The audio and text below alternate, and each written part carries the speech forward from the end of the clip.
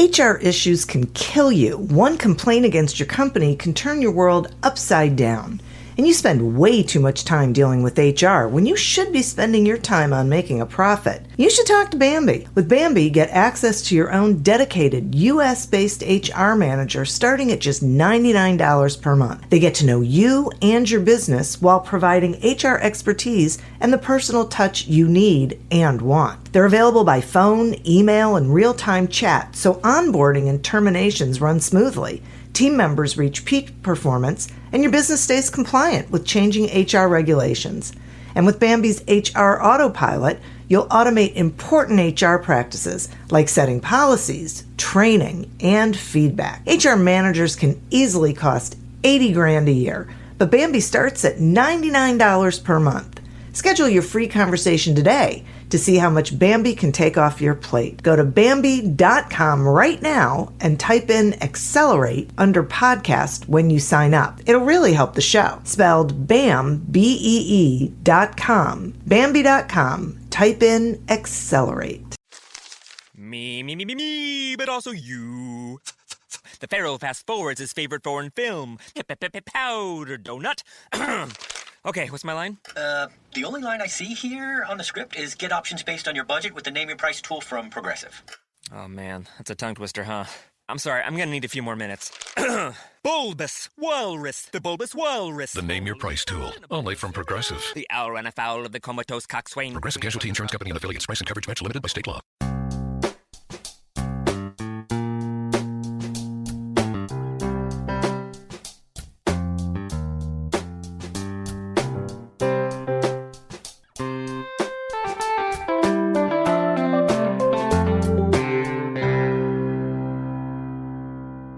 Welcome to Accelerate Your Business Growth with your host, Diane Helbig.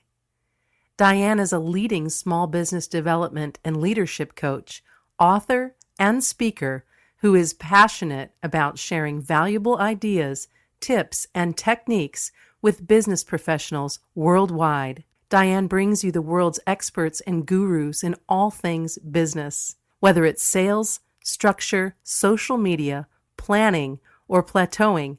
Guests bring their expertise and energy to each episode. When growing your business is your focus, Accelerate Your Business Growth is the show to listen to. Got a topic or guest suggestion? Let Diane know. The goal is to make sure you have the information you need to move your business forward. Thanks for joining us. Settle in and enjoy. Hi, everybody. Thank you so much for joining me. Today's podcast is sponsored by Audible.com. I am imagining that most of you know that Audible.com is a leading provider of audiobooks, but what you might not know is all the other content that they have. So we are offering a free trial at audibletrial.com/businessgrowth where you can go explore and see what is there that you would like to be listening to. Over the years, the Accelerate Your Business Growth podcast has continued to gain recognition as a great resource for small business owners, business leaders, sales professionals, aspiring entrepreneurs, all that. If it's got to do with business, we have got the recognition, and that is really because of the guests. These are folks who have expertise in a particular area of business, and they join me in a conversation where they share that expertise with all of you. That way you can get answers to questions you might have. You can connect with these folks after you've had an opportunity to hear how brilliant they are, and you can do better things in your business. Today is absolutely no exception. Today my guest is Amira Alvarez. Amira is the founder and CEO of The Unstoppable Woman, a global coaching company helping thousands of entrepreneurs and self-employed professionals achieve financial and career breakthroughs. Thanks so much for joining me today, Amira. I am so happy to be here. I am thrilled to have you here. We're going to be talking about the power of influence and authenticity when networking, and networking is one of my favorite subjects, I think, because so many people don't do it quite well. I try to be judicious in my words. But I want to start with something that I am curious about, which is, would you explain what is the impression of increase? Yes. And then what the heck does it have to do with networking, right? Yeah. And people. That would be the next question. Absolutely. So first, I would like to just affirm, so many people have a hard time being authentic in the way that they network.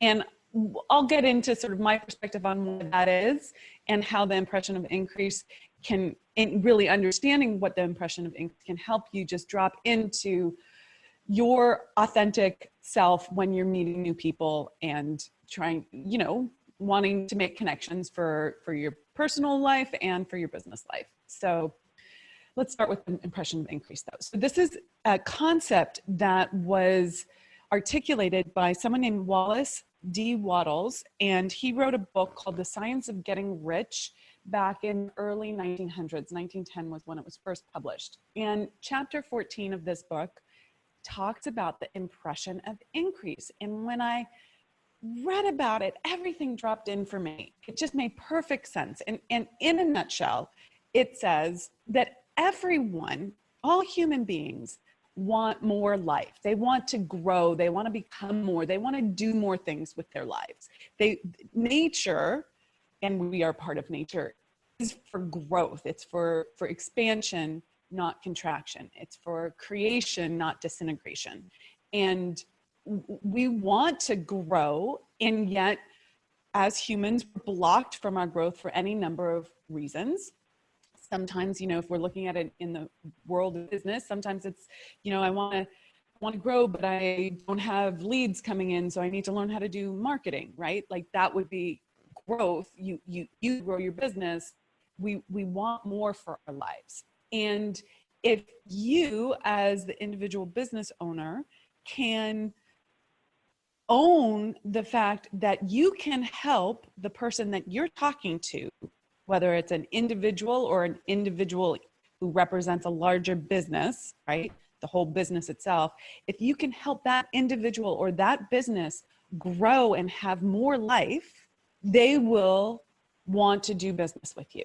So you need to impress that you can help them increase their life. That is what you need to communicate through how you're talking, showing up, the energy that you're holding, the questions that you're asking, all of that. That is the impression of increase. Wow. I love that. Me too. I love it. I mean, I think because it really is all about approaching with curiosity, with how can you be helping other people, not with what can you get. That's exactly right. You nailed it. That is exactly, and it changes everything for you, because that getting energy that like people walk into a networking event and they're like, how many like leads can I get, right? Or even if it's not a traditional networking event, let's say you're at some fundraiser or event where it's like people are just trying to get all the time. And if instead you can stand in your power and you can say, I know I can help you. Let me figure out how I can help you, and communicate that. There's none of that like anxiety provoking, I'm going to lose something, I need to get something quick kind of energy. Make sense? It does make sense. I have, I'm curious about one aspect of it, which is I'm afraid that some people hear that and what they think is, yeah, you see, I just have to be able to explain to somebody how this thing that I sell will help them, which is not what you're talking about. No, we're talking about, so there's several aspects of this. The first thing that I want to underscore to this question you've put forth is that it's an impression. You are communicating this perhaps in verbal ways as well, but in many non-verbal ways also. How you walk into the room, Are you making eye contact? Are you smiling? Are you open? Do you own your power, basically? Do you own that what you do in this world, the service or the product that you have created, that you represent, do you own how much that can help someone? It's not about saying, hey, I can help you. It's an impression that comes from a level of confidence and knowingness about what you do in this world. That's great. And that's part of that authenticity thing that you're talking about, that it's clear when you're authentic and in your power. Absolutely. And now the deeper conversation around this, Diane, is like, what stops someone from actually owning their gifts, their greatness, what they do for the world? Because I don't care if you're selling, index cards or you're, a brain surgeon, right? Everyone's helping in their unique individual way to create more life. If I shouldn't say everyone is, if you're working in this lane that I'm talking about, if you're owning that you are someone who is actually helping other people grow, I don't actually care how you're doing that. You just need to own it. And then you have to ask yourself, well, why might I not feel that level of confidence or ownership that I really do make people's lives better?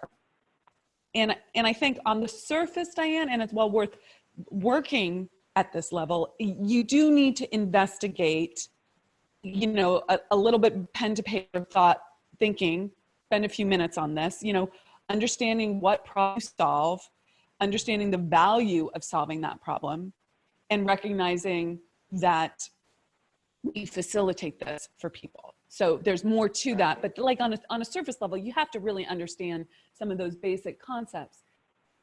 Underneath, you have to know what your blind spot is to really recognizing your personal brilliance, your greatness, if you will, because everyone has this amazing potential for greatness, but many people have been taught, don't ask for too much, don't be too big, don't think so big of yourself.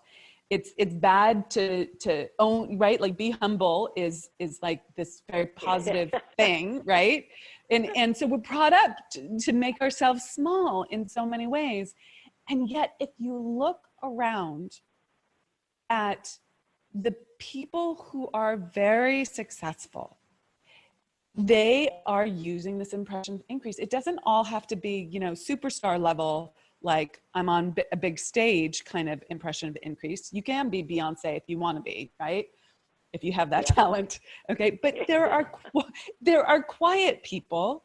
There are more introverted people who walk into a room and they have something that you want. Okay. Make sense there? Yeah. Yes, very much. Okay. This is so great. So what are the steps to developing it and applying it? Yeah, so let's go deeper into one of the things that I just said. So first, you have to understand the problem that you solve. Okay, so on a surface level, I solve the problem. You do too. We do it in different ways, but I solve the problem of helping someone grow their business, right? How do you get out of your own way and make more money, top line revenue in your business, increase cash flow, right? That's the problem that I solve. But then I have to understand that I solve a deeper level problem. What is that? Well, it's self-ownership, understanding how to achieve your goals, the mental aspects of success, what actually stops people from making huge quantum leaps, and how to intellectually understand that there's a methodology to that. Like, so there's so much more that it's under that rubric. So you'd want to spend some time on that for whatever business you're in. And then you want to understand what is the value of actually solving that problem. So for us and our businesses, it's like, well, if someone pays me to help them and they go from, maybe they double their income, maybe they make their annual income their monthly income, right? There's some big, massive financial leap increase there. That's a huge thing. But let's go further than that. What happens if they do that?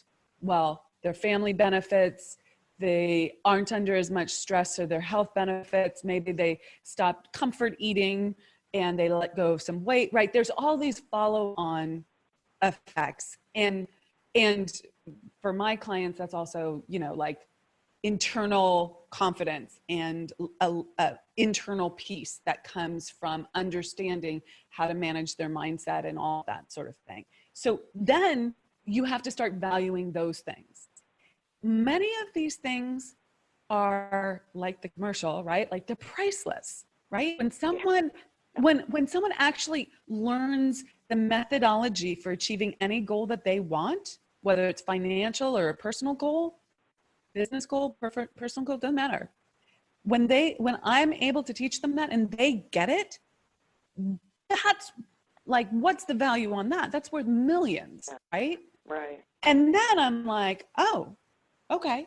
Now I have to recognize, this is that third step, right? I have to recognize that's actually what I do for people, right? And it's different for everyone, but you have to like surface level problem solved, bigger level problem solved, right? Underneath level problem solved. And what happens when that gets solved?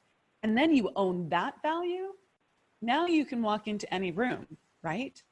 Now you can be like, oh yeah, I'm the bomb, right? Does it make sense? Well, exactly. This is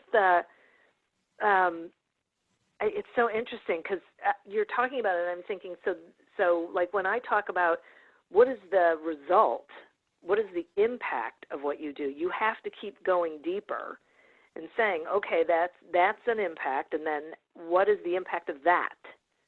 And what is the result of that? Because when you really get to the core, that's where the real value is, right? Is this what we're saying, that there's value, but then there's real life-changing or business-changing impact? Correct. Absolutely. 100%. Wow. I love that. And it really helps when here's the thing. If you're in business, you're in sales. And most people have some sort of emotional noise around sales. They don't like making cold calls. They don't like asking for money. They don't like being rejected. They don't like putting themselves out there, right? There's all sorts of ways that we've been brought up to view sales that influence how we feel about it and, whether we engage in it or not. And if you're in business, you understand that if you're not making sales, you're not making money. So you have to figure this out, right? You can't be an ostrich with your head in the sand around it. And not for very long. Not for very long. Otherwise it's a hobby, and yeah, right. And that's not a bad thing as long as you're seeing it for what it is and you're not turning to it for your income, right? So, right. Now one of the things that I learned around sales that was so extraordinary, and it's really how I teach it to my clients so that they can have this shift, this internal shift. Sales is not something you do to someone. Yeah. It's something you do for someone. Yeah.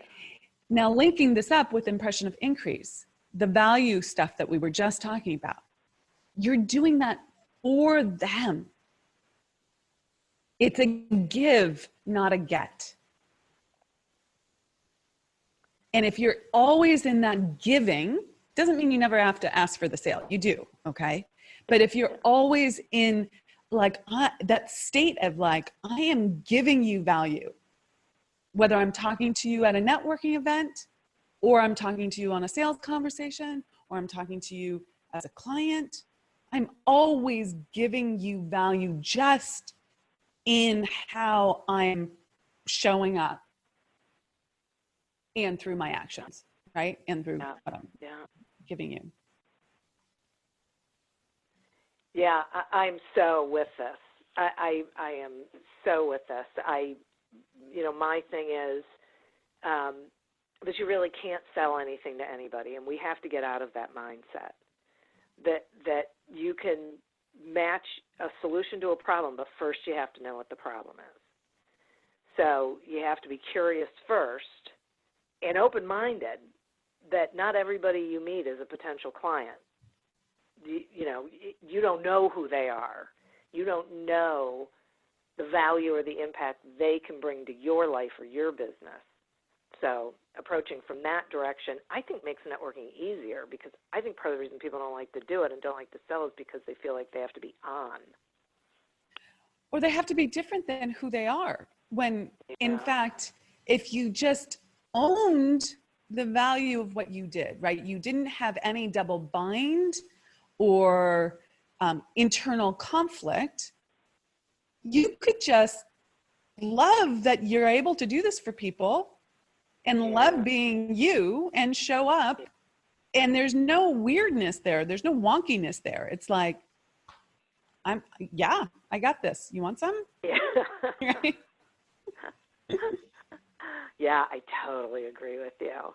It's magnetic. It's magnetic, right? It's attractive versus chasing. Yes. Yeah. Yes. Or being repellent, Or being repellent, for sure. Yes. Yes. A lot of people do. Right. Exactly. Oh my gosh. Okay, I'm going to take a quick sponsor break, and then I have some more questions for you. Perfect. Accelerate Your Business Growth podcast is happy to be sponsored by Audible.com. As many of us know, Audible.com has thousands of audiobook titles that you can choose from in all different genres. What you may not know is that they also have podcasts, Audible originals, guided meditations, and so much more. So if you think about it, the way I look at it is, if you can listen to it, you can probably get it on Audible.com. So I'm going to invite you to sign up for a free trial of Audible.com by going to audibletrial.com/businessgrowth and explore for yourself. See what you like, see what's interesting, find stuff that you didn't even know was there, and I think you'll agree with me that it is an incredibly valuable resource. Today we are speaking with Amira Alvarez about the power of influence and authenticity in networking. Okay, Amira, I have a question for you that I am asked all the time, and while I think I've been able to answer it, I'm really curious to hear from you how you would answer this question. And it's about an opening line. So this is something they end up saying, so what do you do? Which I think is a terrible question. So how does someone develop we'll call it an opening line strategy for like any situation that they're in? Well, you've actually touched on it already, I believe, which is, I think you said this previously, but if you didn't, I heard it between the lines. I'll take it. It's being genuinely curious about the person. And I actually don't think that there is one, like I never go into a networking event or some place where I'm meeting new people and thinking, okay, what's my opening line? Like it's not, I don't have a pickup line. Okay. Yeah. But I do have a strategy. Okay. And so when I say opening line strategy, right, it's to be curious, to be genuine, to be like, wow, people are amazing. What's this amazing human like, right? What are they up to in this world? And to get curious and ask them questions and really listen. There is such a paucity, a limited experience of real presence right now in this world. I didn't live 100 years ago, so I don't know really how it compares to the past, but we are currently often racing from one thing to the next and we see people as commodities, or what can they do for us. And whenever I've been with someone who truly listens to me, it's just such a gift. So if you can show up, be curious, and truly listen to someone, which means you might have to ask a few questions, right? They say something and you ask another little question. What does that mean? Or why did you, I'm curious about that. Why did you approach it like that? Or what's your background in that, right? You're asking a follow-up question. And really listening, people will, they'll tell you a ton, okay? And you'll now know much more about them and whether they would be a good potential client for you. But two, you have shown up generously already, and you've given them something just by being present. And one last thing to add to this picture here, the law of reciprocity says that you will receive in direct proportion to what you put out. It's reciprocal. Okay. And so if you start by giving, you will receive that. Now, it won't necessarily come from the same person. Okay. Yeah. Like, it's not a quid pro quo. Hey, I just spent 20 minutes listening to you and you're now supposed to be my client. No, it doesn't work that way. But okay. Sorry. But generally speaking, there will be a reciprocal act, and it often is by that person, whether it's a connection, or they're wanting to help you, or they're willing to take your call later on, or there's any number of things, but there is a reciprocal act that happens as a result of showing up and giving. Absolutely. And I'm so grateful that you said it's not one-to-one. It's not a quid pro quo, because I think a lot of people approach it from that sense too. And it's like karma, right? What you send out, you get back. You don't know where from or how, but it's going to happen. So it's having that faith and that confidence that when you are you and you are genuinely interested in other people, and that's how you're presenting yourself, you're going to get that back in some fashion. Absolutely. And I think what happens is that people have a challenge when it comes to time. So when they don't get instant gratification, and let me be totally transparent here, I'm instant gratification girl. Like, I want what I want right now. Don't get me wrong. I'm like many people, right? And I have had to learn how to recognize that in myself and not get into any sort of resentment about it not happening. Like, I'm doing all this good stuff. Why isn't it coming back to me? Right. And what the psychological trick there or situation that's happening is that when you go in, you're putting all this good stuff out. You're like, okay, I get it, Amira. You put all this good stuff out. You emphasize the giving. You emphasize impressing onto people through how you're showing up, your beingness, if you will, what you can do for them. I'm doing all this. Why isn't it working? Well, there's any number of reasons why it might not be working. There might be key steps, like we talked about, sales, that you're missing, and all sorts of things like that. But if you get into a place of resentment around it not coming back to you as quickly as you would like, that is simply a way of keeping you at your psychological set point that is giving you the same results that you've always gotten. And it's keeping you trapped in a cycle that doesn't let you quantum leap your results. Wow. And do people do that? I mean, that's are people doing that subconsciously? Like, do they not realize that they're like sabotaging their success? Yes. Do you want me to explain how that would happens? you? Yeah, Okay. yeah. So this is the quick and dirty version of it. There's a much more lengthy explanation that if people are interested, I can share later about how they can learn more about this. But fundamentally, when we're children, from birth to say 9, 10, 11 years old, that roughly that time frame, we're an open fishbowl. We don't have the ability to reject anything from our environment. So we get programmed through primarily through our relationship with whoever's raising us. Usually that's our mother or father, but it could be grandparents or aunt, uncle, or foster parents, and siblings if they're a little older. But all of that is going into our subconscious, and it's developing a set of beliefs and a self-image of who we are. And that does not change until you consciously change it.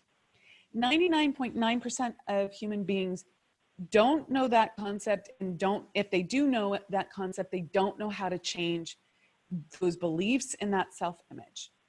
And those beliefs and that self-image, they've worked to a degree because you're here now, but they also are keeping you limited to the experiences that you currently have, and yet your conscious desire saying, I want more, right? We have that more life directive, whether that's a nicer house or a retirement savings or being able to go on trips or whatever it is that nicer clothes, whatever it is that you want,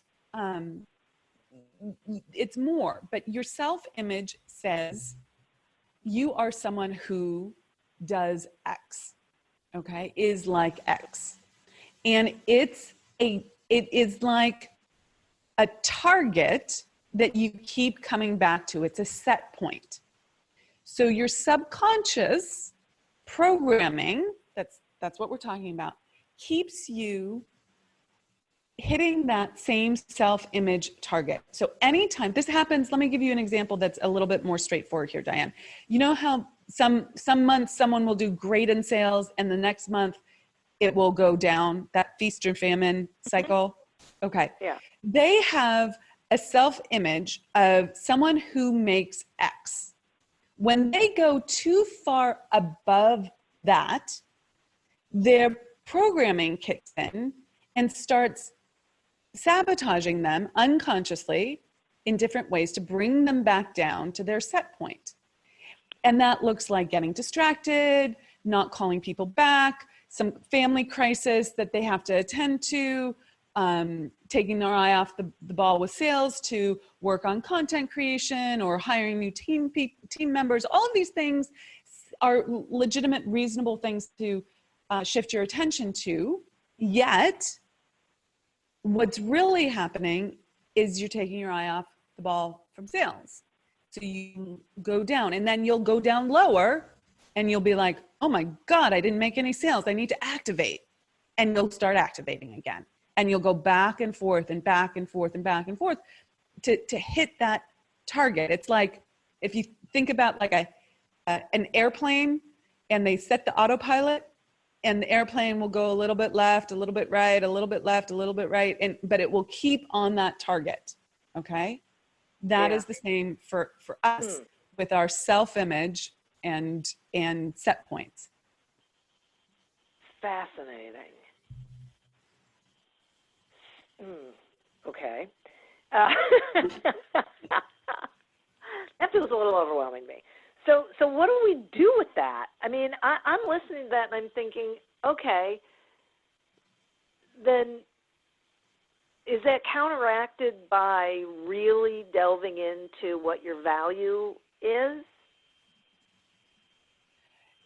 It's counteracted by a number of things. So one, the first thing I do with people is I ask them, what do they really want? Not what they think they should have, not what they think is reasonable, not what they think is like a achievable goal, right?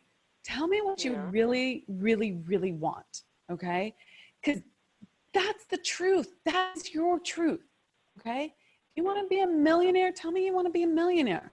If you want to work 3 hours a week and, live your life like this over here. We need to figure out a different game plan for you, right? But tell me what you really want. And then I have to look at where they are right now, obviously.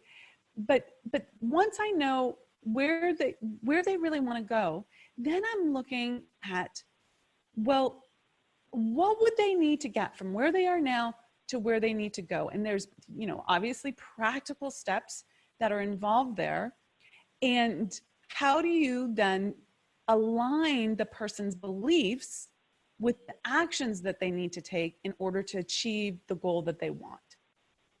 And that requires reprogramming. I know that sounds like a heavy word, but really reprogramming the target, right? The self-image and the beliefs that you hold about yourself, others, and the world, so that you can actually achieve the goal that you want to achieve. Wow. It makes perfect sense to me intellectually. It feels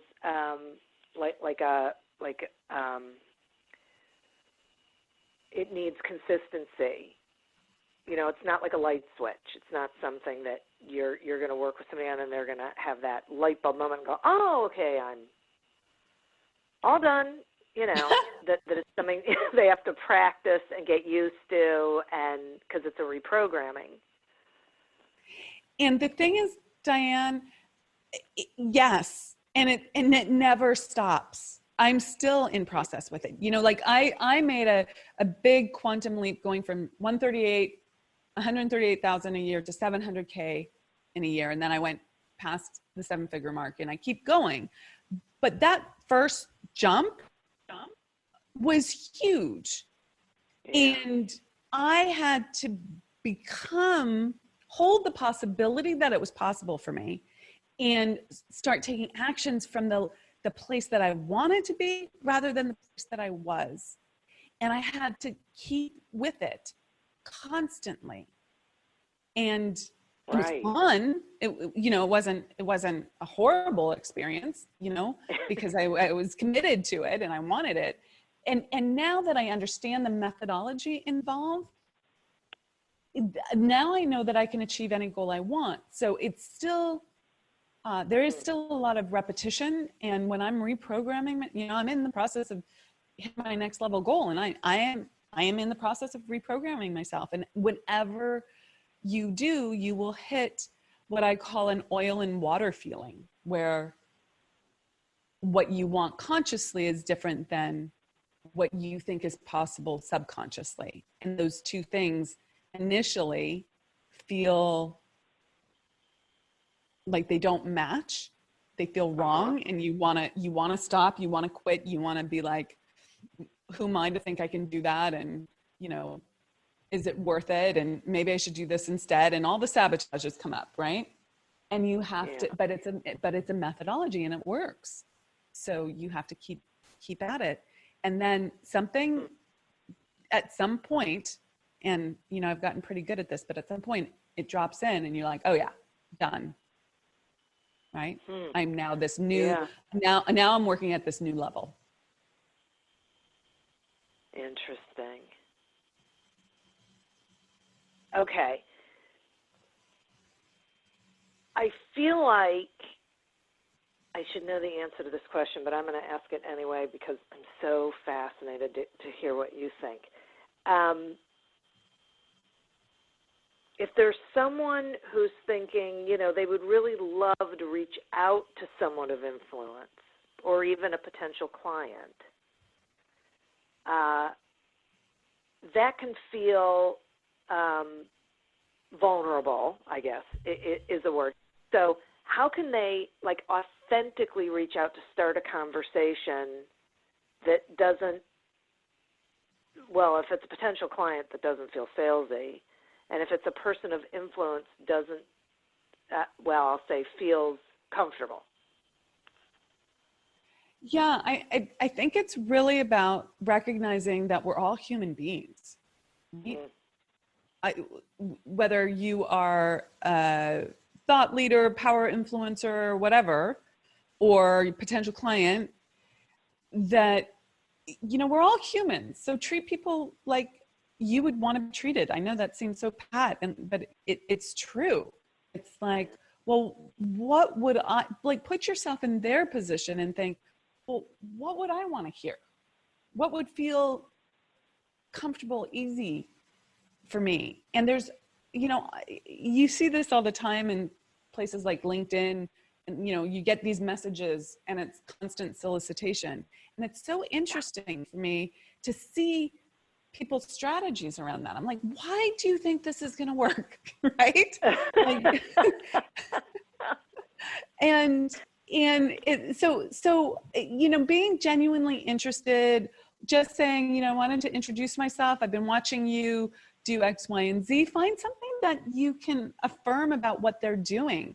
And I know it sounds kind of lame, but like, be normal, right?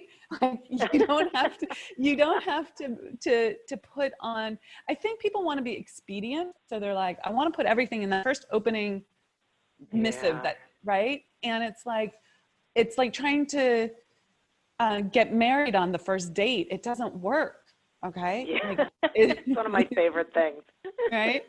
Yeah. So what was the original question there? I had something else I wanted to give you on that. Oh, how to reach out to. Good. Yeah. People of influence or potential clients authentically. Yeah. I mean, the authentic piece, I think what happens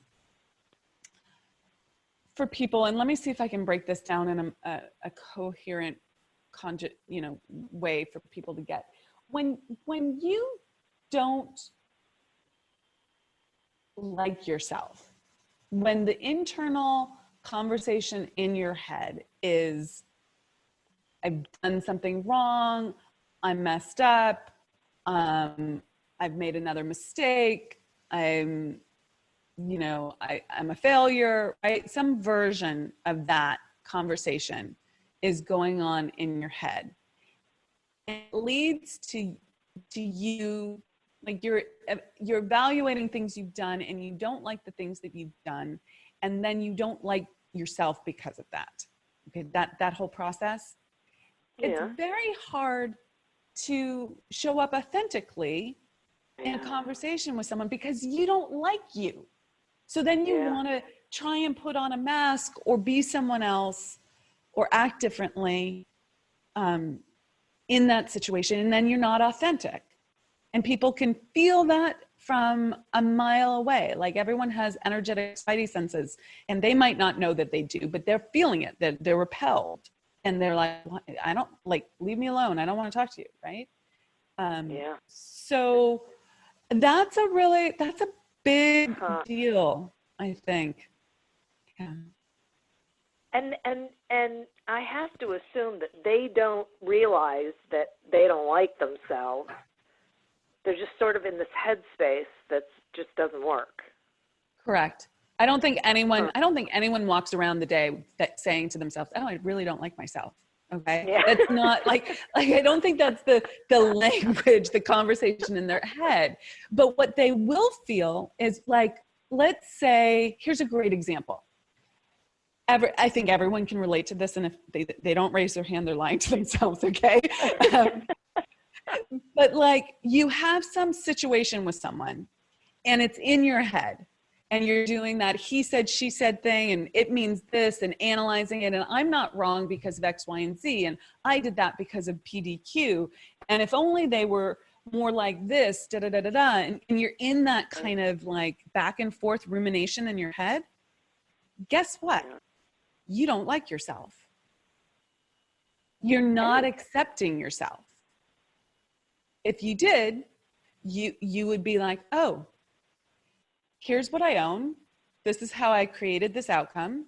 I'm going to clean that up, let go of everything else, and move on. Great. No need to defend myself because I'm all good. That place where you're defending yourself from, I haven't done anything wrong or I'm right, that kind of conversation in your head, you actually don't like something you did. own it, clean it up, let it go, and you'll be much better off. But if you stay in that resistance and that it's like you're fighting internally. Yeah. It's Huh. that I you love really don't that. like yourself. Yeah. Wow. That was a That big is one for fascinating. me. Yeah, that was a big Yeah. one for me, Yeah. Diane, when I got that. Yeah. Yeah. Yeah.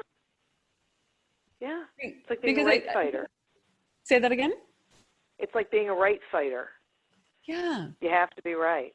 Yeah. What Dr. Phil calls it. Yeah.